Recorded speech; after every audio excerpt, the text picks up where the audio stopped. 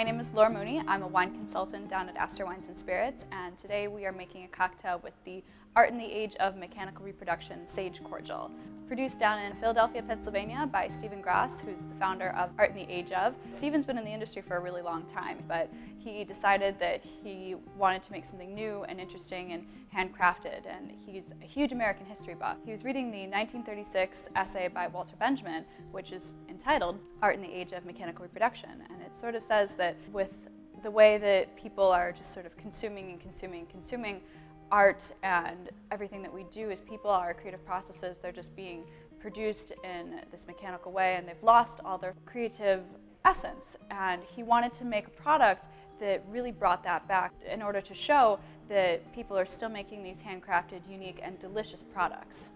Art in the Age of made the Sage Cordial, which is their newest product in their line, which now includes 4 products. And the idea for the Sage came actually from Thomas Jefferson's own garden back in the 1700s. Every garden sort of had their unique flavor depending on what the grains and herbs are that they were growing in there. So the idea for the Sage came in, it's got this really savory flavor. You can see in the back of the bottle that it has the herbs listed on it. There's rosemary and thyme and of course sage. So you get this cocktail that it looks like gin, it kind of smells like gin, but it's missing the juniper, which is the key for it to actually technically be called gin.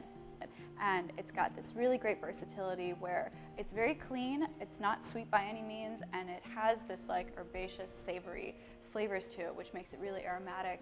I wanted to make the Sage cocktail because I am growing a bunch of herbs out in my garden too. So ideally, if it's ready, I can pick the mint fresh, I can grow the cucumbers. You want to have like all these peak of summer flavors, and it really makes for the best cocktail. I decided to make the Sage cocktail in sort of the style of like a mashup of a margarita, a mojito, and a mint julep. So you get all these nice, fresh, like really tasty ingredients that come together, and the Sage kind of pulls it all together too because it doesn't impart any sweetness, but it imparts the savory character.